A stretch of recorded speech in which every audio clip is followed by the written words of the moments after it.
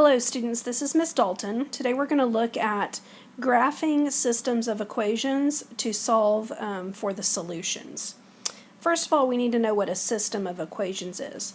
A system of equations is a set of two or more equations containing two or more variables.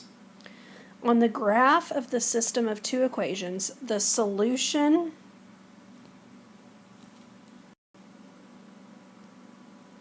is the set of points where the graphs intersect.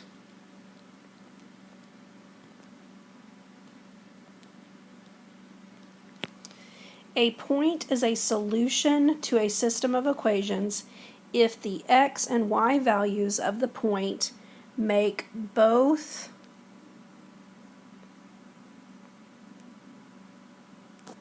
equations equal.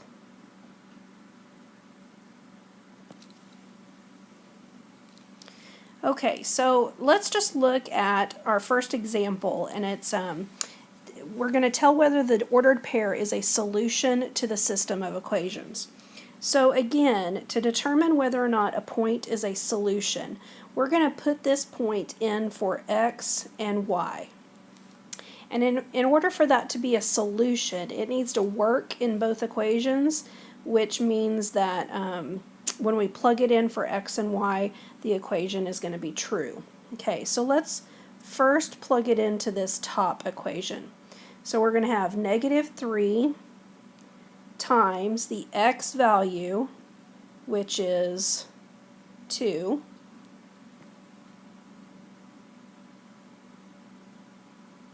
plus 2 parenthesis the y value, which is 1.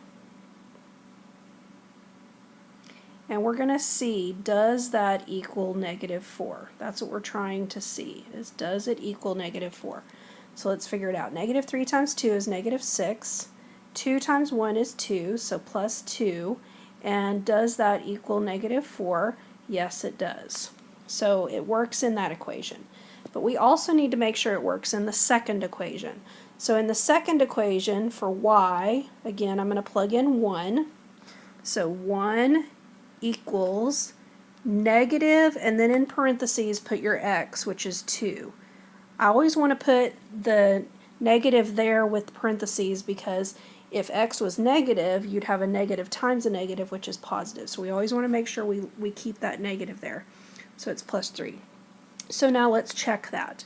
1 equals negative times 2 is -2. -2 plus 3 is in fact 1, so that checks out too. So you would answer this and say yes, the point 2, 1 is a solution.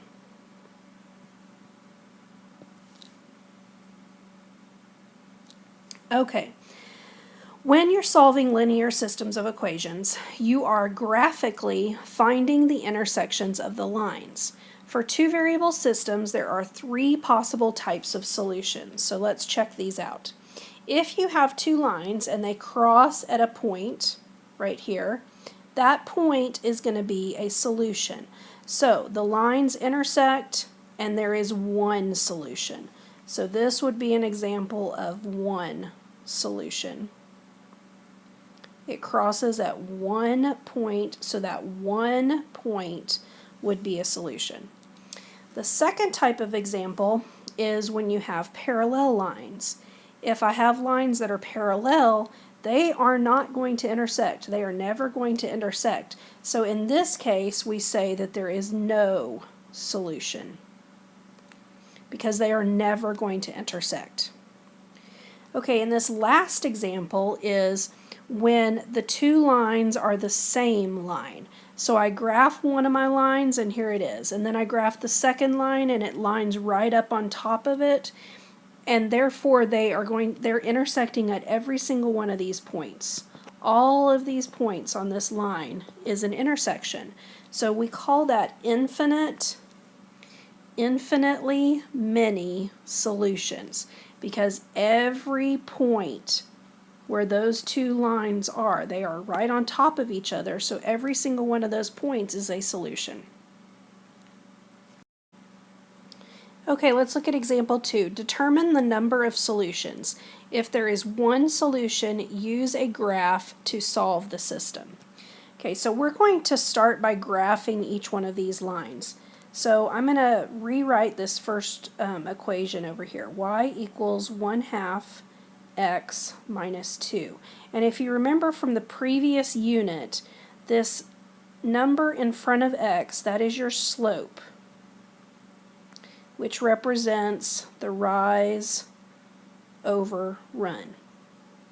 And this last number on the end here, that is your b, which is your y-intercept.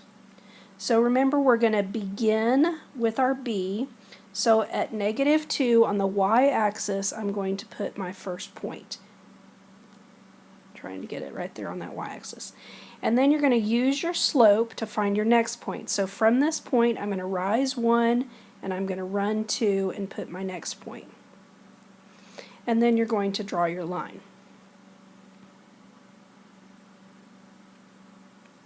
Now, this is going to be hard for you to see on this graph because it's hard for me to draw a straight line.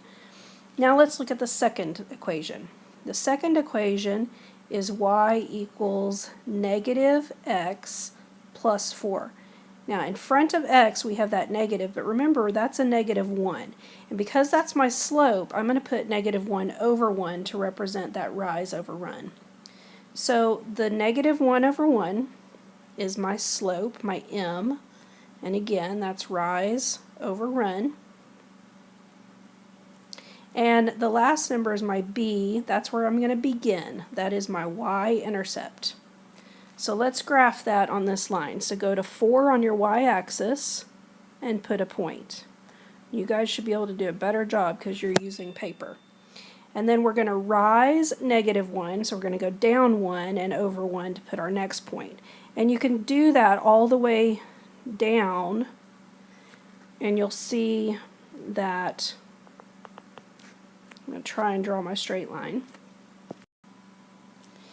And I know that it's hard to see on this graph because number one, I didn't draw this line very straight, and I wasn't able to connect these dots very well on the iPad. Okay, but I can see if you're graphing this on paper, you're probably seeing that it crossed at this point right here, which is 4, 0. Now I can always double check that in my two equations. If I plug in 4 for x, put that in here, so if I put a 4 there and a 0 here, is that a true statement? Well, half of 4 is 2, and 2 minus 2 is 0, so yes, that works. Now let's check the 4 in this equation.